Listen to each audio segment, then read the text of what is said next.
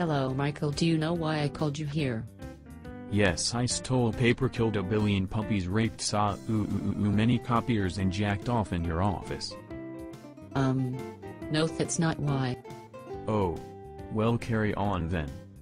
Right, anyway, you are in risk of losing your job. Oh really? I wonder why. Yes, and I'm pleased to tell you that you can keep your job by doing an errand for me. If you catch my drift. Wink. Oh. Gross.